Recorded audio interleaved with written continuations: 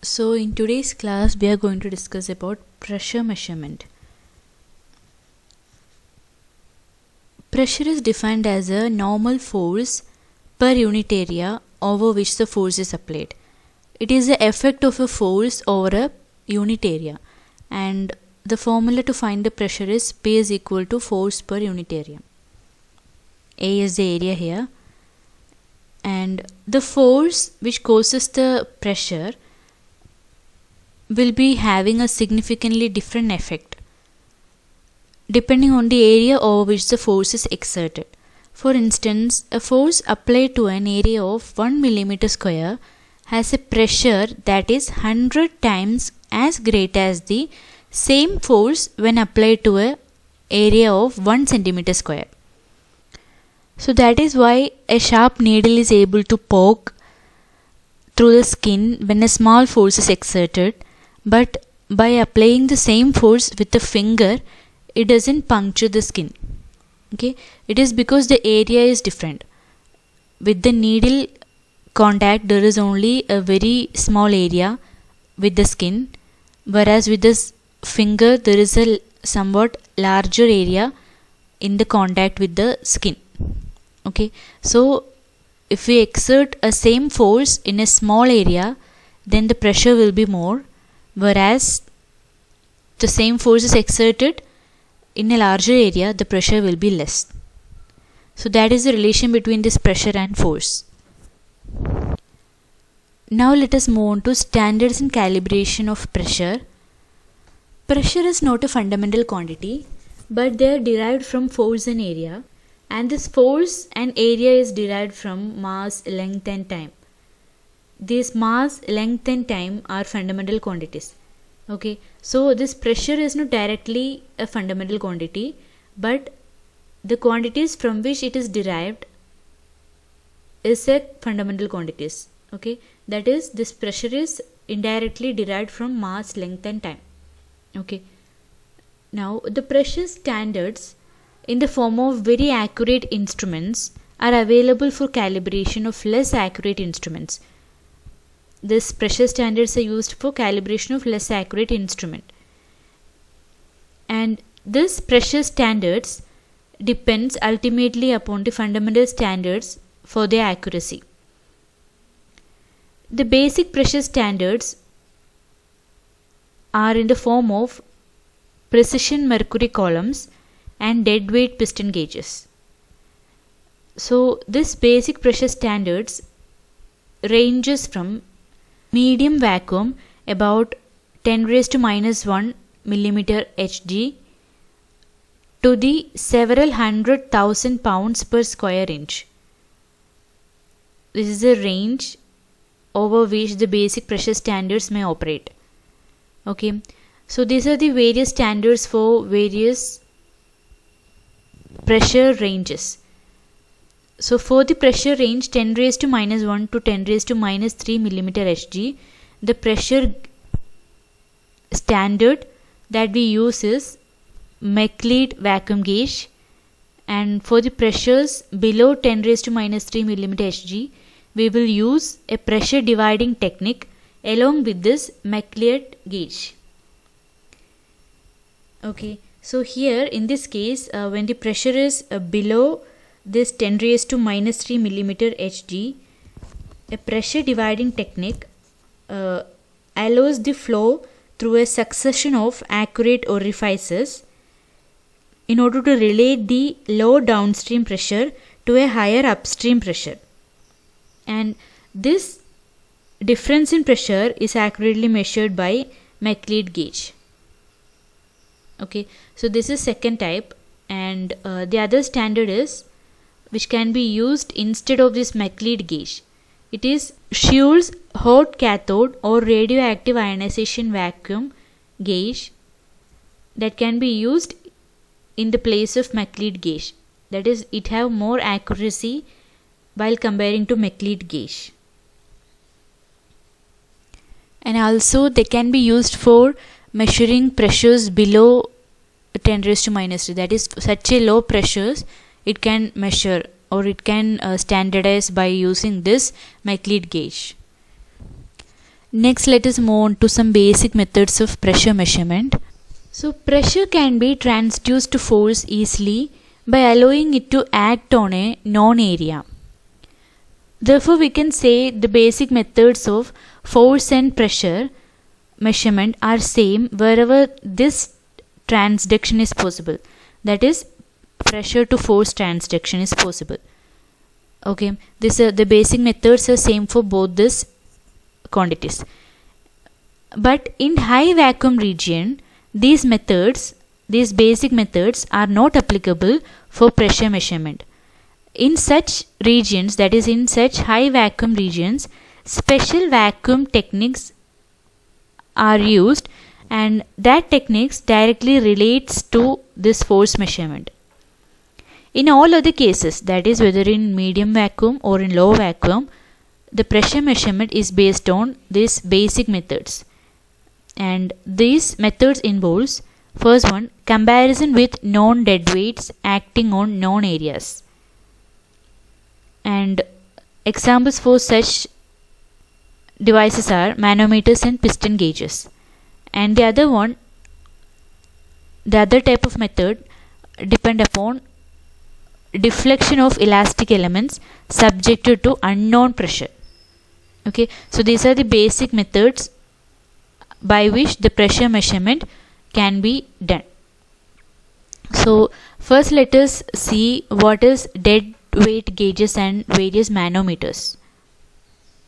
So here you can see dead weight gauge calibrator. This is the dead weight gauge calibrator. And this dead weight gauge or piston gauges are employed mainly as standards for calibration of less accurate gauges or transducer.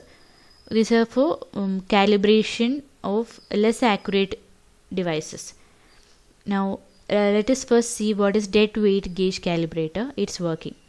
So this is the dead weight gauge calibrator diagram. Okay, so the gauge which is to be calibrated is connected to a chamber filled with fluid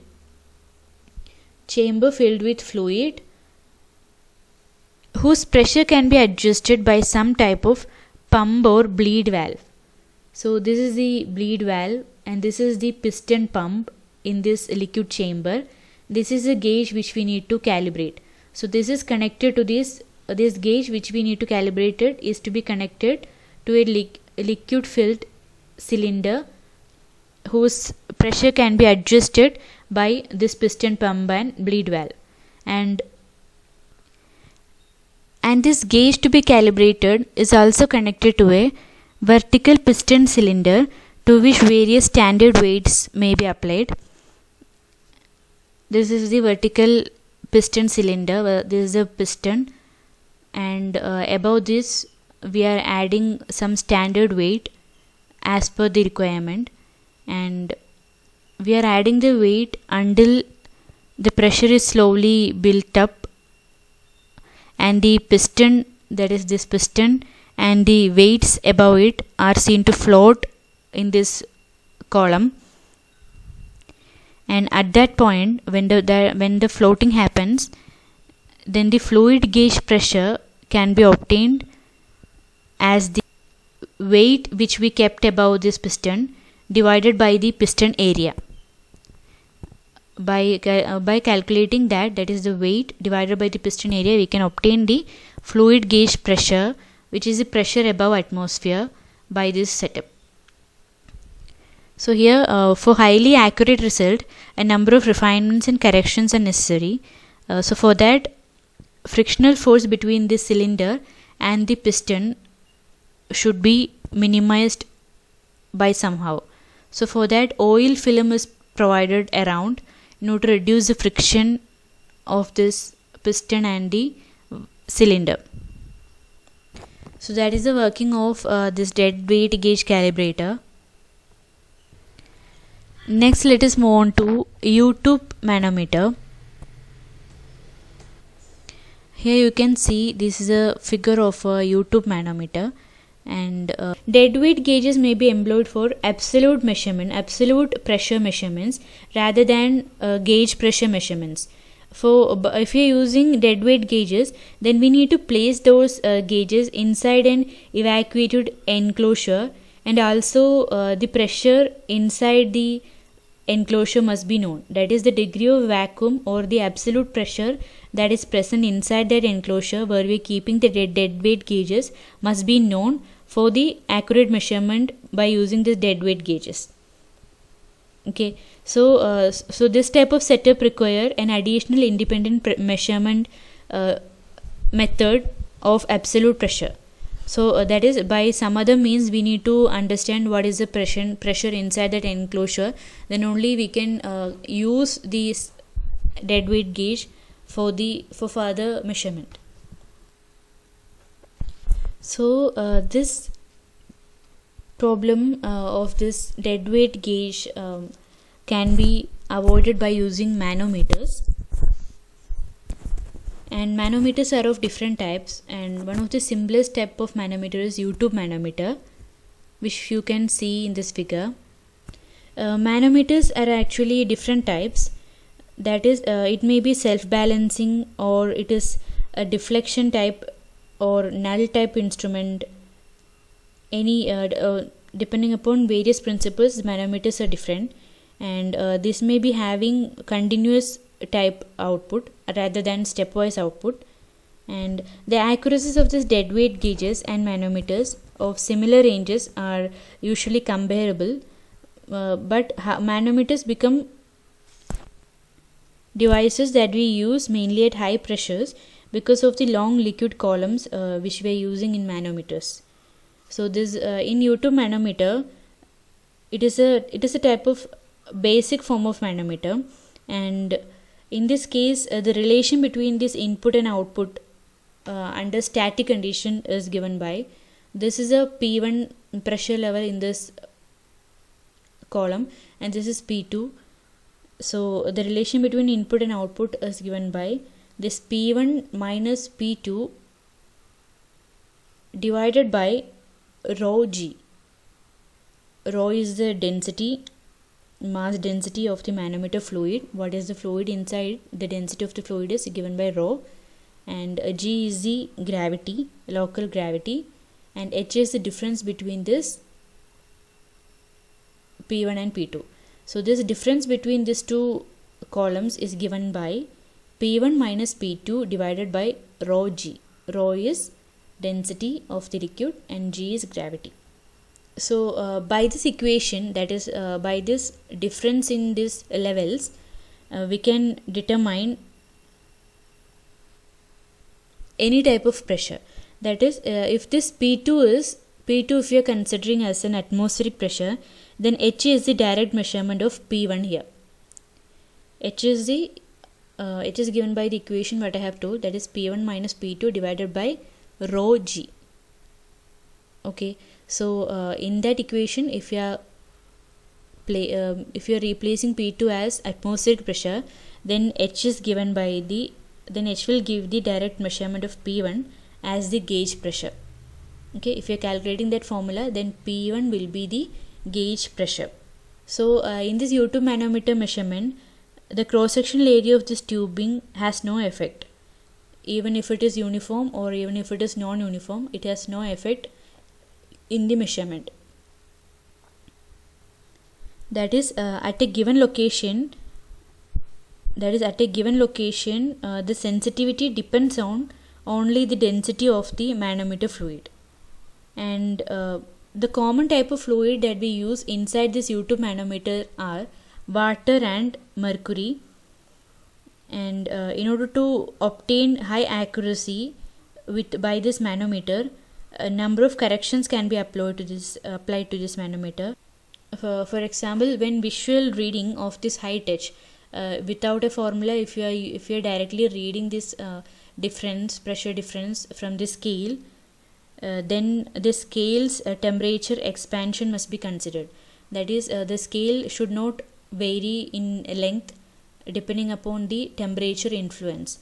So that must be considered, that must be corrected.